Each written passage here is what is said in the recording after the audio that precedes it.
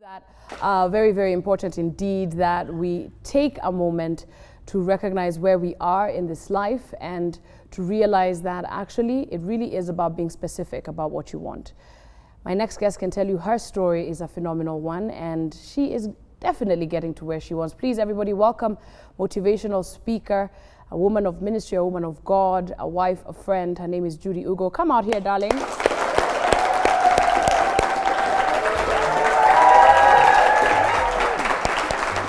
I love this.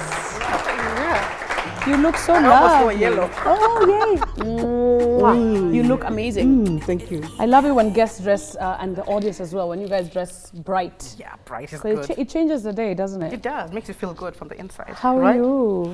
Good. How are you? I'm well, thank you.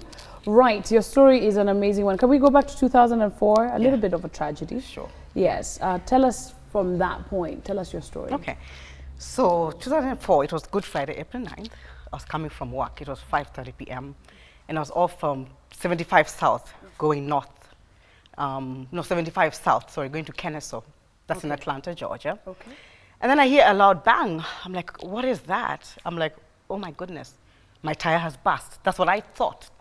Because a few days before that, I'd taken my car to be fixed. It was a 1990 Honda Accord, a used car, you know, not too good, but it was drivable. So someone had hit me from the back, and then the impact threw me towards the path of an 18-wheeler, and I started spinning uncontrollably. And I remember the last thing I said, Daddy said, if you ever lose control of the car, don't brake, but the car go to avoid it flipping. Because if you brake suddenly, the car is going to start going haywire, you know, and you can flip. Yeah. So I hit the wall, the median wall, and the last thing I did, I touched my cross. I said, help me, Jesus. I broke my neck. My C2 cervical vertebrae. I broke my neck. And I had a halo for 3 months. I'm here. Yes. We you thank made God. it. Yes, absolutely. Yeah. You know, a lot of people have been through tragedy, and some of those tragedies actually end up taking your life in a completely different direction. For you, it did the opposite.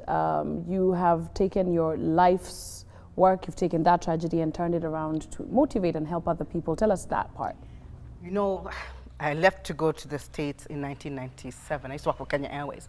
I always wanted more. I wanted to go to high school, no, not high school, get my degree. Yeah. I wanted more. And when I went, I started doing IT, but God had other plans for me. But you know, a month after I got to the States, in October 1997, I applied for the green card and I got it. And one of the things God told me was this was for ministry. And I'm like, I don't get it. Then 7 years later, when I had the accident, the first accident in 2004, that's when I understood. I'm like, oh, that's what you meant. Because as an American citizen, I can go in and out. I can be away from America for like 12 months without any problem, go back. You see, other people cannot go back. Those 7 countries that were, you know, listed, blacklisted.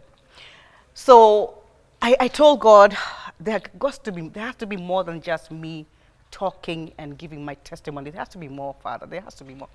I used to come to Kenya. I'd go to Don Bosco, All Saints. I go to the youth churches. I told him there has to be more. So I was involved in a second accident 4 years after the first one. Okay. This is in 2008. But I asked God, there has to be more. So the ministry name, one day I was sitting in my apartment in Dallas, because I moved from Atlanta to Dallas. Yeah. And I said, there has to be more, Father. I can't just be speaking about these testimonies. There has to be more. So that's why the name of the ministry is Speak to Motivate, because what more can we do than just speak? You can't just be talking to people. You have to demonstrate love, the love of Christ. Because how can I go and minister to a youth somewhere in the slum or in the street if they're hungry, or they're naked, or they're thirsty?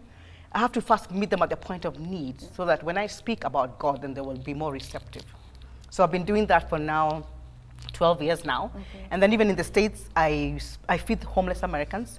They're homeless Americans as well. Yeah. So I feed them, I give them used clothes, and then when I'm coming to Kenya, if I'm here for longer than 2 months, I ship clothes and sanitary pads. So that's basically it. I go to high schools and I talk to motivate the students as well. Okay. That's basically it. All right, wonderful. Now, in Kenya right now, where we are, is we're in an election year. Yeah. There's a lot of, you know, waiting. Yeah, there's a lot of people just on hold, waiting to see what happens. There's a lot happening in the country. We've been talking about strikes for forever. Young people are not in class right now because of situations. What can you say is important in terms of remaining steadfast and true to yourself mentally, regardless of how your environment is behaving? Do not let anybody lie to you. You see, for me, I had to remember what God told me, because I knew when I broke my neck. Breaking your neck is not it's a tough thing. It's a tough thing. I could have even died or paralyzed, but I'm here, I'm alive. No matter what anybody tells you, remember what God told you. Remember what your parents told you. If you're good with your hands, maybe mom encouraged you, oh, you know what, come and do my nails. Aspire to the dream that you had, because everybody has a talent. Everybody has something in it that they have in here that nobody can ever take away from you. So what happened for me, what helped me, I didn't listen to the negative forces outside, because people were like, what, 3 months? What, you have a halo? What? I'm like, no. Stay focused in what you want to do, but have a goal. Because when you have something you're looking at, it will keep you going. Look at the price at the end of the light at the end of the tunnel. Look at the price at the end of the race. Just like the Kenyan athletes do us proud when they go to Boston Marathon, or yesterday in Japan. They gotta be looking at, I'm gonna get that gold. Or even the soccer players right now, the All-Stars right now in Hull, some of them want to be enlisted with those UK, the European League. Right. So aspire. Don't listen to what is happening around you, because that can really put you down. Stay focused, stay positive, and pray. Okay. Prayer, prayer, prayer, and be happy. Yeah. Be happy and be grateful. It works, doesn't it? It works. Absolutely. Yeah. Okay, now, one of the things that you mentioned earlier is that Kenyans, and I think it is a Kenyan thing, we are peculiar in the way we communicate. We are peculiar in the way we sort of motivate as well. If I meet you and you're doing something amazing, I'll be like, you're a motivational speaker, you know, is that a job? And I'm sure you endured that too. Why is it important to stay away from people like that, who can be around you? They can be your relatives, they can be your friends, your best friends, your brothers, your sisters. Why is it important to stay around winners and sort of disregard the toxic? Because everybody has a goal. I mean, I didn't go to America to become a minister, but God knew. He knows why He took me to evangelize Americans. Because Americans think there's no God in Africa. They think it's the dark continent. Yeah. Dark, we're black. We're not really black. Imagine if you saw a black person, you'd be scared. Yeah. So they call us the dark continent, but we're not the dark continent. They call us underdeveloped. You have to stay true to who you are and your goals. Stay clear. And yes, sometimes it's family. You know, they can tell you ministry what? Ministry Kitugani? What is that? Get a better job. You went to school, you did IT. It can be friends, it can be your husband. It can be your husband, it can be your boyfriend, you know, whatever. Don't listen to negative. You yourself set goals for yourself that you can aspire to get for yourself with the power of God.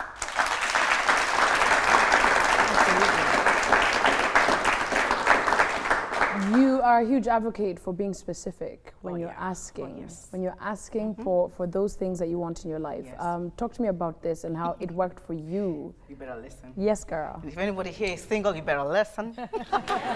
So, in August of 2012, when I came to Kenya for ministry, I told God, you know what? God, this thing you keep doing with me, where you take me from America, you bring me to Kenya, and then you take me back. I'm tired. I beg. I'm tired, God. I'm tired, oh. So I said, no, Father, today I'm boycotting your house of prayer. I'm not going to go to church today. My mom and dad, when I come home, I stay with my mom and dad. They live somewhere in Kilaleshwa. So when I'm here, I go to NPC. That's when I'm not ministering. So I'm like, you're not going to church? I'm saying, no, I'm not going. I'm not feeling well. I was lying because I knew what I wanted to do. I went under my covers. I was fasting for 24 hours, and I told God, Father, I beg. I want my husband. If my husband is here in Kenya, I want to meet him. If he's back in the States, I want to meet him. Because I would go to pulpits here in Kenya, and the people are like, hey, you know, you need to get married. You know, you need to have children. You know, these accidents. I'm like, yeah, I know that, but it's like you don't know it. You know, right? Yeah. So I told God, I was very specific. I said, Father, I want a born-again man who is spirit-filled, who loves to sing, praise, and worship you every morning. A man who loves children. A man who can cook. Yes.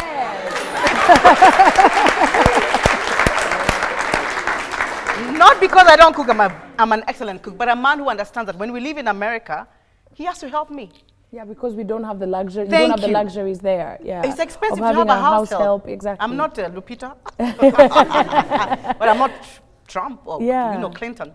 So I said, and I was saying these things, but I said most importantly, a man who will accept my anointing and my calling, because he has to understand the walk he's meeting me, he has to walk with me. See, like now my husband told me, hey, you, my wife, I beg, you can go to Kenya, because I was involved in a third accident. Really? October 16th, 2016. How many months? 4 months ago? Wow, sorry. Lost a third car. I've lost 5 cars, 3 accidents.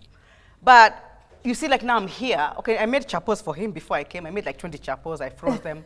I cooked roast meat and beef.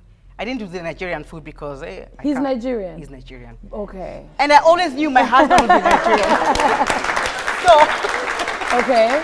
So I said, you have to be specific. If you're not specific, I beg, you're gonna lose out. Don't say that God knows what you want. Of course He knows, but can you imagine if all of us said, God knows, I'm not gonna ask? You have to tell Him exactly what you want. So anyway, I was saying all these things, and then I said also a man who loves business, a man who loves to travel. Because when I travel here for ministry, like sometimes I come and I bring things I sell, because I have to survive somehow. Yeah. I'm not employed by anybody. It's ministry. I'm doing it alone. I'm standalone. There's no church that has sent me from the States. I go to Lakewood, the largest church in America, in Houston, with Joel Austin. No church here supports me. So how do I survive? So I bring things to sell, and I needed a man who understands that. Then I said a man, and I'm going to say this because I know you're very open, and you're all adults. Yes, we are. And I said a man who is beautifully endowed, because so you can make me feel like a woman. Because him and I are not going to get carnal before we get married. Right. And then I also told God, you have to prepare me, God, because I don't know. So you have to tell God as well. Then I went to Thika. That's where I met him. Did you ask God for a Nigerian guy? I always knew my husband would be Nigerian. Really? Because they always tell me, you're not one of us. So I said, I'm not Yoruba. I am Kenyan. Yeah. Even now, they think I'm Yoruba. They always tell me now I talk Nigerian. But I always knew somehow my husband would be Nigerian because of the way I always kind of liked Nigerians. And I dress like them. I like color, and I'm on fire for Jesus like they are. But I just like them. Their culture, they have a very rich heritage. Okay. And their food is, pepper, too much pepper, but it's good. So you get on the Thika Superhighway one day? I go, yes. And then? In November, November I went to Thika. There's a prophet that came from Nigeria, an Igbo man, and he said, because you're a woman of God, I want to pray for you, because I was here doing ministry just like I'm here now. And he said, come, we have an orphanage. And I had orphanage. I'm like, oh my God, I love kids. So I got stuff for them, and I went to Thika. So I got to Thika, and then I'm sitting in the parlor, living room, they say parlor. I'm sitting in the parlor, and then this Reverend Father is his cousin. He's had this home near Makongeni for 14 years now. Yeah, 14 years since 2002. So then my husband, I didn't know he was my husband, he said, are you sure, wife? You're not the one who prayed for me to come to Kenya? I said, maybe, because I've been praying for you for 12 years and fasting every Wednesday. And I get to the parlor, and then he says, what are you drinking? I said, oh, it's some juice, American juice. I have some, I'll go get it in the guest room. So I go to the guest room, and I guess for him. Then he asked me, I want to write something. Do you have a pen? I said, yes, take my pen. He was mesmerized by my kindness. I did not know. So be kind, you never know. I love how reactive they are to you. I love it. Yeah. You have to be kind. Nobody wants to be single, right? Yeah, I love it. You have to say it with your lips. Okay. So then I said, you can keep the pen. And then he said, we talked until like 1 a.m. He said, I found my wife. I said, And then he said, yes, I found my wife. I said, really? And I told God, Father, if he's my husband, if he says ABCD, then I know that's him. Pass, Tosha Gari. So I knew he's my husband, and I prayed about it, and then 4 prophets, they did not know me, but they confirmed that this is your husband. Because he aligned to everything I had prayed for and more. Right. God does say, look for confirmation. Yes. I will send you confirmation. Yes. Yeah, absolutely. Don't just at with the first one, wow, you'll get something there. And now you're happy. I'm happy. 3 years in. Yeah, 3 years, 8 months. Yeah. Amazing. And he moved to Houston. And moved to Houston. And here's the thing, and I'll tell you, the single issue is a huge topic in Kenya. There are beautiful men and women in this country who are on fire for God like you, but who just feel, when am I going to find the right person? How am I going to find the right person? A lot of these guys have prayer partners, just friends, They just don't know how this is going. Bahati, I think this is Bahati's fault. Bahati and Willie Paul. So, what can you say to a lot of people who are feeling a bit sort of despair? You don't feel like actually that you will find that person, or how do you start to also improve yourself before? Improving yourself, that's good. That's Yeah. key, Kobe. I asked God to prepare me because I had never been a wife. I asked God because I was going to be with a man. I'd never been with me, if you know what I mean. Yeah. So I had to ask God to prepare me because there's some things that you might go into and you're like, whoa. God has to prepare you physically, spiritually, emotionally, financially, and all other ways. Because he's God, he knows. And you know what? God is the best matchmaker. Look how he gave me my husband, Igbo. Yeah. And the Igbos, they even eat like, I'm Luo, they eat like Luo. They eat this draw soup, they call it draw soup. And they call it swallow food. Swallow because they don't chew their ugali, they eat pounded yam. They don't chew. Us guys, we chew ours. They call it swallow food. My husband is there eating his swallow food. You cannot talk to him, he sits down. By the way, he sits on the floor, he's eating his pounded yam. So what I'll tell you is, do not go to church with the motive of looking for somebody. Don't go looking. There's an article 2 weeks ago in The Nation, I think. They were saying how women are very bad. Single women in Kenya, they target pastors. Don't do that. Don't get another woman's husband. Do not. God has fashioned everybody to be with a partner. Because remember, the rib was removed from who? Adam. Eve is somewhere waiting. Don't settle, but you have to tell God what you want. And listen, don't settle. Have a list. You have to have a checklist. It's like a he. If it comes, confirm. I'm going to make you laugh. So when I met my husband, when he said he's my husband, I said, step back, let me watch. I had to confirm, is he the one? You know what I mean? I had to check. The one. I said, yeah, I think this will do. Yeah. So you have to confirm and you have to check. Go against your list. Is this okay? Is this okay? Don't just give the partner that comes. So I'll tell you, stay encouraged, be prayerful, stay celibate. Yeah. Don't sleep around. Stay celibate and stay spiritual and prayed up. Because when God opens that floodgates, trust me, there'll be counterfeits coming. And mimi, Pastor wangu amesema ni wewe. No. Yeah. Did God say it's this one? Did God confirm it? Okay. You know, you've brought something up before we take a commercial break, counterfeit. And I love just the word counterfeit.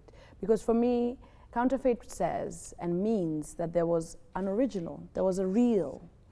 Right? Counterfeit cannot exist unless there was a real. And there's a lot of counterfeit things that are going on around us. People, jobs, opportunities, husbands, wives, girlfriends, boyfriends, right? And they're counterfeit. And they feel exactly the way you want. Exactly. But most of the time, it's actually exactly the opposite of what you need. Yeah. Talk to us about identifying counterfeit versus real. If you're uncomfortable with if you're uncomfortable, you don't sleep well in the night, that's a counterfeit. If you're uneasy, that's a counterfeit. If they're too pushy, that's a counterfeit. We took our time. Okay, it was 8 months, but we took time and to get to know each other. If he wants to sleep with you, that's a counterfeit. If he doesn't even treat you like a woman or like a man, as in tells you, when like jikoni nini. No, if he talks rudely to you, that's a counterfeit. If he doesn't respect you as a woman or as a man, that's a counterfeit. Respect is important, key, and if it doesn't line up to what exactly you want, and you see like me, my husband lines up to the ministry because where did I meet him? In an orphanage. So he understands, Judy is in Kenya, I know she's doing work with the children. I'm going to support that. If they don't support you, that's a counterfeit. Because trust me, one day they'll remove their stripes and you're going to see their stripes. Yeah. So just be careful and ask God, please. My prayer was, I told God, if he's not the one, get him as far away from me as possible because I don't want to fall into a trap. But if he's the one, then Father, draw us close. You have to ask God, pray. Even as God brings in, tell him to confirm and draw you close. If it's not the one, away from you. Okay. And don't say, if somebody says that Pastor wangu mesema, that's a lie. Which pastor? My pastor said, no. Because God has to first show you first before he tells somebody else. You, God knows you, not anybody else. Okay. Give it up for this beautiful woman. You're so awesome.